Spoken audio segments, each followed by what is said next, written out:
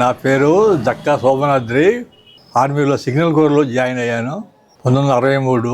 20 సంవత్సరాల తర్వాత 1981 బయటకు వచ్చాను. సింధూర్ ఆపరేషన్ గురించి నా అనుభవం ఏంటంటే, పాకిస్తాన్ వాళ్ళు ప్యాటర్న్ ట్యాంకులు వేసి వస్తారు యుద్ధానికి. ఒకేసారి 100 ట్యాంకులు 50 ట్యాంకులు వస్తాయి మన మీదకి. అటువంటిప్పుడు మన వాళ్ళు జాగ్రత్తగా ఉండాలి. ఇజ్రాయెల్ టెక్నాలజీ వచ్చిన తర్వాత చాలా మార్పు వచ్చేసింది ఇండియన్ ఆర్మీలో కూడా.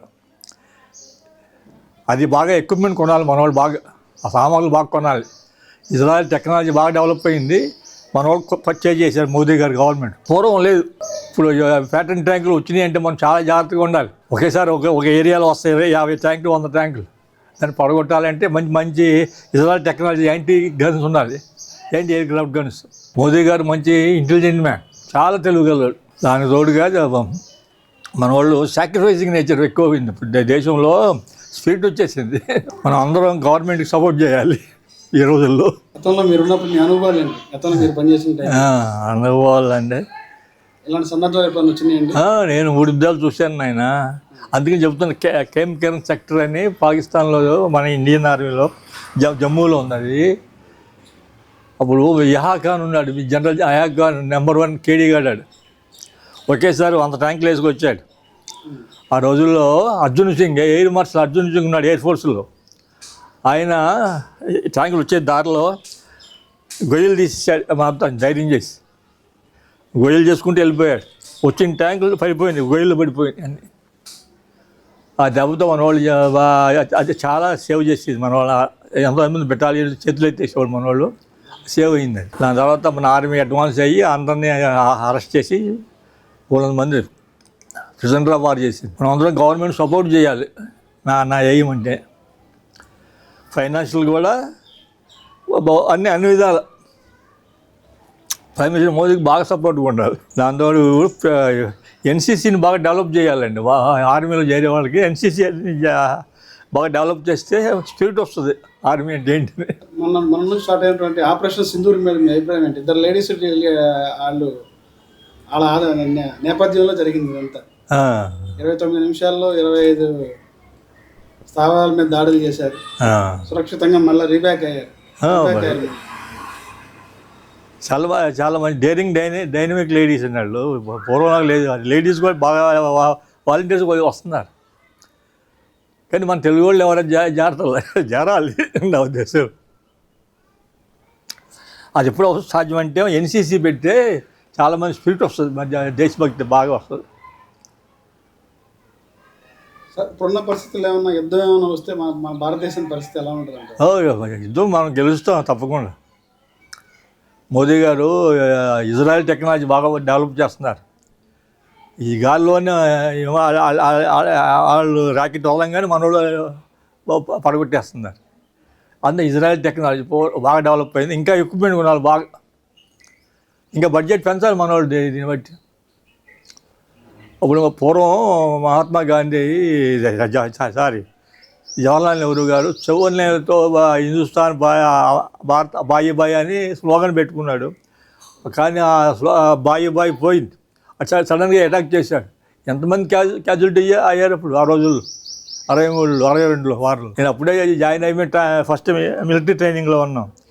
మమ్మల్ని అందరినీ హాస్పిటల్లో అడ్మిట్ అయ్యారు కదా, హాస్పిటల్ కాళ్ళు చేతులు పోయిన వాళ్ళకి వాళ్ళకి సేవ చేయమని. పనిచేసిన టైంలో ఏమైనా వార్ ఎలాంటిది గతంలో ఇట్లాంటివి చూసారండి? పాకిస్తాన్ కవింపు చర్యలు అలాంటిది ఏమైనా జరిగింది? అవి ఎప్పుడు జరుగుతానంటే అది ఎప్పుడు జరుగుతాను, బార్డర్ జరుగుతానే ఉన్నాయి. కానీ దుర్మార్గం వాళ్ళు ఇప్పుడు మనుషులు చంపుతున్నారు. మనవాడు అట్లా కాదు, మనవాడు టార్గెట్స్ వాళ్ళు సాయి ఏమంటారా, టెర్రరిస్టులకి ట్రైనింగ్ ఇచ్చి క్యాంపులు పాల్గొట్టారు. మన చాలా మంచి పని చేశారు మన వాళ్ళు.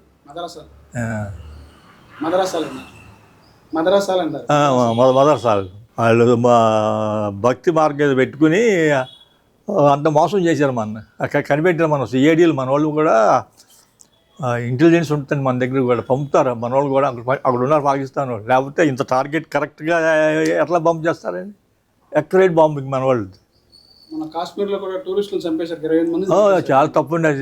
అందుకనే వాళ్ళకి వాటర్ అంతా బంద్ చేశారు కదా, సింధు వాటర్ వాళ్ళకి సటలైజ్ వాటర్ వాళ్ళు ఆన్లైన్ కూడా చేస్తుంది గవర్నమెంట్, మంచి పని చేసింది. ఆ వాటర్ లేకపోతే వాళ్ళకి కరువు అండి అక్కడ వచ్చేస్తుంది. ఇప్పుడు వాళ్ళు యుద్ధం ఏమైనా వచ్చే పరిస్థితి ఉంటే మన దేశం ఎదుర్కోగలరా సార్?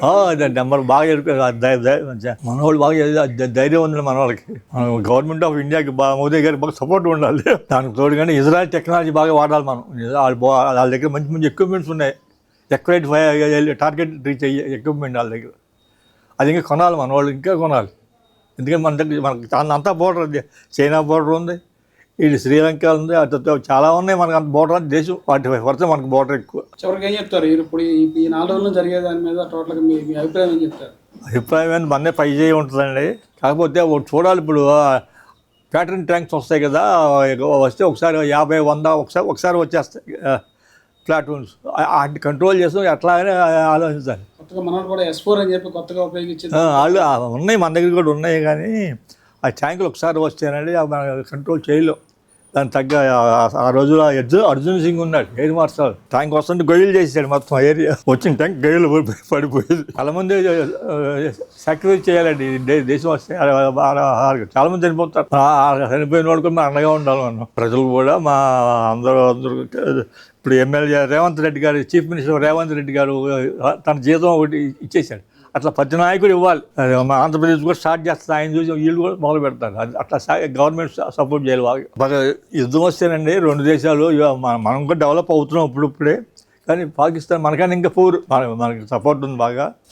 యుద్ధం వస్తే మనకు బాగా నష్టం ఉంటుందంటారా భారతదేశానికి? నష్టమే ఇప్పుడేమో, కానీ చూడాలి. ప్యాటర్న్ ట్యాంక్లో వచ్చినాయి అంటే కొంచెం చాలా మంది చనిపోతారు. నేను పూర్వం నాకు లేదు. మెంటల్ మీకు మీరు ఎక్కడ పనిచేశారు? మీరు పనిచేసిన ప్రదేశాలు ఏంటంటే? నేను ఆర్మీ ట్రైనింగ్ అవ్వగానే నేఫా వెళ్ళాను. నేఫా అంటే చైనా బోర్డర్. అక్కడ నా సర్వీస్ అంతా 20 సంవత్సరాల సర్వీస్ అంతా 15 సంవత్సరాలు బోర్డర్. 3 యుద్ధాలు చూసాను నేను. 65 వారు, కార్గిల్ వారు, బంగ్లాదేశ్ వారు. బంగ్లాదేశ్ చాలా ఇబ్బందులు పడ్డామండి. తల్లిదండ్రులు చచ్చిపోయిన సెలవులు రాకూడదండి, వినాశనం అయిపోతుంది. 2 పక్కల వినాశనం అయిపోతుంది. జై హింద్ అమ్మా.